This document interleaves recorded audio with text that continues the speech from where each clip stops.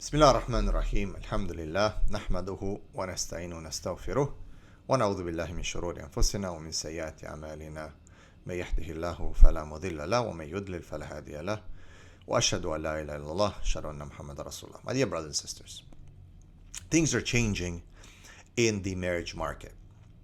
Now, it is a very difficult market to be in today. Well, first and foremost, because those who are trading, and I'm sorry to use such rudimentary terms, but that is how it is. It is as the ulama and the Islamic paradigm considers it as muamalat. Nikah is an aqd, is an actual contract.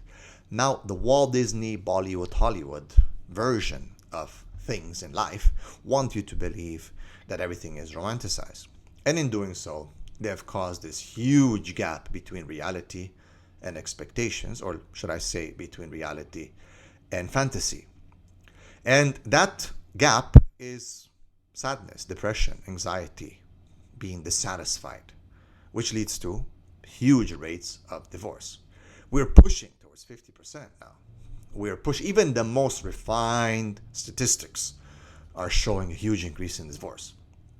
So the Western concept of looking at marriage, the modern Walt Disney concept, has failed you and is actually the cause of so many problems. The marketplace is a difficult place to be in right now because, well, as I said, there's a lot of expectations that are not met because of deception and delusion due to social media, of course, and media in general, but also the social dynamics and the social realities of today's world, 21st century, have caused men and women to be confused. Men are not as strong as they were at once and men enough, and women are just not as strong as they were once in their femininity and being women enough. So the two are not very, very interested in each other anymore.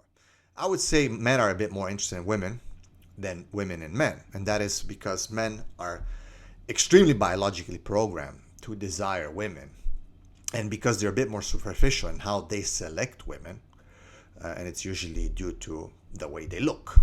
Now, that is not necessarily something good, but that is a fact.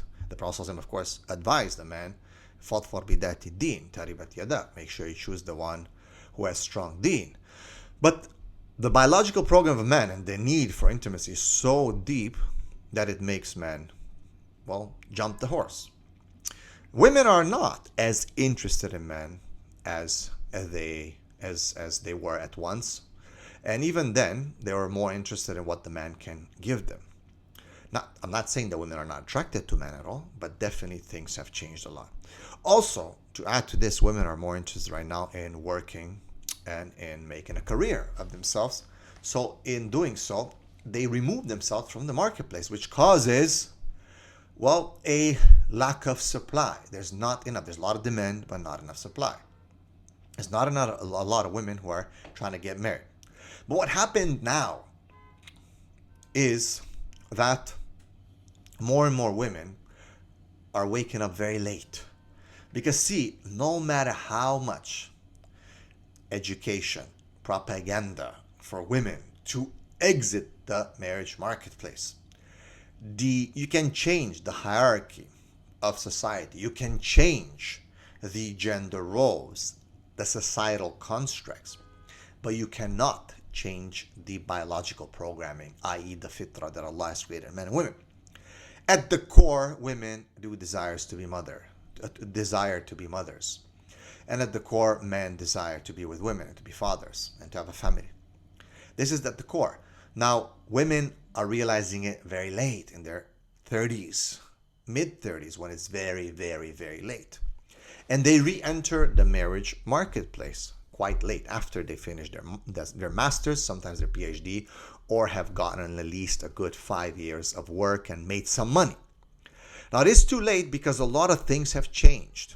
You have to understand, their behavior will change their cognition, as cognition can change behavior as well. And unlike the Western understanding of human psychology or fitra, the Islamic model looks at the core of the fitra of how Allah subhanahu wa ta'ala has created and how the Sharia applies to that person and what they should do as a solution to their problems. The West will look at things from a total different lens, and that is a problem because the Muslims consider the Western system superior. And in doing so, they cut themselves short, not to mention that they put their iman in danger. Let's say that they do it out of ignorance and out of conditioning and out of being fooled by the Western system.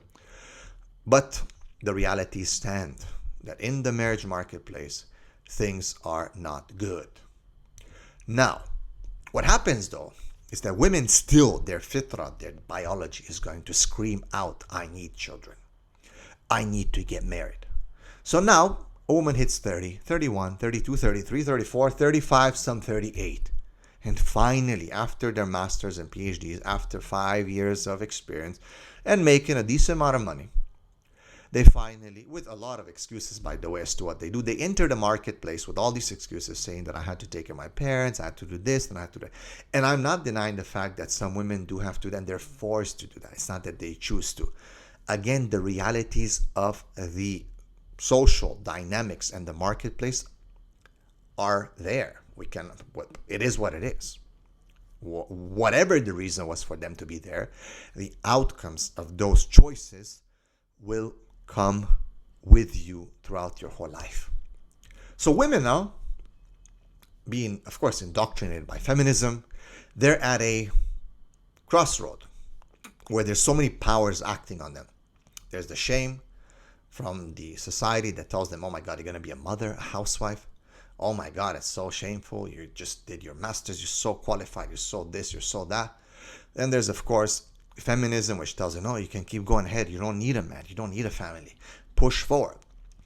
Then there's, of course, their fitrah, which says, their clock, their biological clock says, oh my God, time's ticking. I want to be a mother. I really would love to know how to feel, to have a child, to be pregnant, to give birth, to raise them, to smell a baby, to breastfeed him or her, to see them, grow up and get married. Their biological programming is deep. And now they're at odds with each other. Everyone's pulling on the woman. So the woman says, hey, okay, so let me put my chances forward. I'm sure that someone's going to take me. And as the female biological program is very deep from Allah, so is the man. There are elements of society and things that are happening in society at the current moment that are going to influence those feelings, those emotions, those desires, those programs. But in the end, what matters the most is the fitrah. But you see, now the woman says, well, I'm 35. Why are men not? Men are horrible. They're bad men. But that's because they miss a fundamental point. No matter how much shaming you're going to put on a man, and no matter how much education you want to put around the fact that men are misogynistic and they value virginity and that they're so picky and we're going to talk about why men are picky in another video. In reality, you cannot force a man to have the same standards that you do. I.e., you cannot force upon a man to choose you for what you would choose yourself or for what you would choose another man for yourself. And because men are programmed to resonate towards virginity, beauty, young age, they will usually prioritize those. Now, I'm not saying that there's no good women amongst the elder women. The Prophet also married Khadija. The Prophet also married Sauda. We always just reference Khadija, but he married Sauda. The bottom line is that men have it in themselves to lean towards younger virgin women. And now the woman gets angry. And what do they start doing? They start shaming and ridiculing and guilt-tripping men that they're bad men for wanting a woman who's not her. Men don't care. It's not that men are afraid of successful women or something like that. These are, again, just condemnations that come from the feminist ideology as explanations of why, but they're not real facts or reasons for why men reject them. But they're rational explanations that make themselves feel better. Oh, he doesn't like me because he's afraid of a strong woman. He can't handle a strong woman. Well, in reality, men just don't like that type of strength in women. It's not that they don't be they're afraid of success or of a successful woman, is that successful women usually are just not very young because they spend most of their lives pushing and learning and developing their success. And it takes time to succeed. And because men like younger women, they're not going to like a woman who's successful, not because of her success, because she's just 35, 40. And that's just a fact. No matter how much these women are going to shame this man, it's not going to change their programming. I'm telling you, look around. Even if you remove all these arguments, bottom line is, rationally thinking, you can't force your standards on a man. If a man wants to pick a blue car, he's going to pick a blue car no matter how much you, my sister, like pink cars or black cars. He's just not going to like. He's going to pick what he wants. And no amount of condemnation is going to change his mind, as you can see in the world. But here comes something interesting, brothers. And this is for the brothers. The sisters have now developed an understanding of what they can do to increase their value. And some of it is done and it's curated to increase their ability in the marriage marketplace. Namely, it is them lying about themselves, lying about their virginity. Well, if an age is a problem, well, guess what? A man is still going to accept a woman because men just desire women, whether they're young or old. As long as a woman looks good, even though men prioritize younger women, if there is no availability, as I just told you at the beginning of this lecture, that the marketplace is quite empty due to young women being in universities and workplaces and so on, and masters, men are going to be like, well, she's pretty enough, even if she's 30-something. So they're going to look at them, especially if they're beautiful and they take care of themselves. So they're going to bypass that rule, let's say, okay, that age limit, and they're going to look at the next thing, which is beauty. They're going to look over fertility and look at beauty because they have desire. But now, women also realize that men they're more picky. And I'm going to talk about why men are so picky today. They want a woman who's obedient. They want a woman who's this, who's that. There's been red pill around, and a lot of people are watching these things online. Andrew Tate, a lot of the negative things. But it has indoctrinated certain men, good and bad. Good in the sense that men are more aware now of certain things, and they are more strict on their criteria. Bad because there's so many bad things that are coming out of red pill to replace, sadly, what's not being filled in there by our own brothers and teachers and so on. And it leads men to a lot of misguidance and hatred of women and misbehavior towards women. And the red pill is just a very toxic movement that has caused so much damage to young men. But you can see why it's so tempting to men. So now what women are doing is, okay, so guys are very picky. Now I've worked my whole life and I consider myself a boss babe, but I know that he doesn't like it. So now, because they've been watching all these videos, they themselves are consuming red pill content. They themselves are watching these, even though they hate it, they make notes, and now they know what to tell men. They know how and what to tell them to feel that, oh, this is a good woman, right? So now their value increases. I'm obedient. I take care of myself.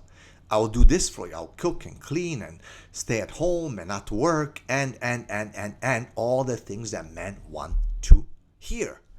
Because these sisters have been watching those podcasts. They've been watching these alpha podcasts, these red pill podcasts. They've been watching their complaints of men and what men want and why they're so picky. And now the women have taken notes. They've taken notes and they said, aha, let me entrap the man now and give him what he wants. So in the marriage vetting process and the initial meetings, women know how to answer the questions. They've been preparing themselves. Once they clear the security checkpoint and they've boarded the plane and the captain is taken off, now mutiny takes place. No, I'm not really happy. I thought about it. I think I should still work. No, the makeup, I need to wear it because it makes me feel better. And I want to feel better for you. My the guy friends that I've worked with and did masters with my whole life, I can't really cut them off. They're going to be upset. I'm doing dawa to them. Yeah, like the whole thing about, me giving you intimacy. I'm not really feeling it, right? I'm not really attracted to you. But so But you have to pay everything and pay the bills, and now it causes problems. So now they've cleared the security measures, and now they finally reveal themselves as they are, because they've been conditioned by the feminist movement, by years of spending time in the system, learning from the Kafir system, learning from the system that they consider indeed superior to the Islamic system. They consider Islam as lacking and not having the solutions to their problems. Therefore, it's mostly women who flock to these liberal arts, who flock to sociology, psychology, you name it. It is women in general. If you look at the statistics, how many people, and they consider these systems to be above. Is these women, they become the counselors, psychiatrists, they become the social workers, even lawyers, judges, you name it. It is women, because they consider these systems to be above. But still, the biological program is so deep that they're going to manipulate these things and say, no, I'm not like that. Yeah, I've gone through this, but I want to be a good Muslim wife. Boom, once she's in, now the real face comes out. They're learning, they're tricking brothers, and brothers are falling for it. So we have to learn properly these issues, and brothers have to be careful. Yes, they're very picky, but in this time of fitna, pickiness might be something that is important. I'm not saying to the point that you don't make a decision. And I teach men this. I make sure that men understand this. But it is to the point that you do your due diligence and you don't get tricked just by asking a few questions and getting a few answers that you want. You think that that's enough. And that's why I've developed the marriage vetting masterclass and the marriage vetting blueprint, to help men to look at situational behaviors, constructs, proper questions, observe behavior, to push to actually make sure that the security check is watertight. And even then, women are so smart that it might be that they'll sneak through, but then still, in my system, I teach you how to deal with that if mutiny takes place once the plane has taken over and it's above the ocean. So that you don't crash your plane, that you don't have to return back to where you started from, that you continue to the destination that you as a man have decided from the beginning. Barakallahu feekum. If you guys like this video, make sure you like it and you share it, and make sure you check out the links in the description to support my work. There's a link right there that helps me and helps my work move forward. The dawa that I do, the counseling that I do, some of the free counseling that I do, you can help it and sponsor it. Alhamdulillah. Make sure you share this with everyone who can benefit it. And bi'idhnillah ta'ala, we're going to continue to create this kind of content and educate the men and the women around according to the Quran and Sunnah. Walhamdulillahi Rabbil Alameen. Assalamu alaikum wa rahmatullahi wa barakatuh.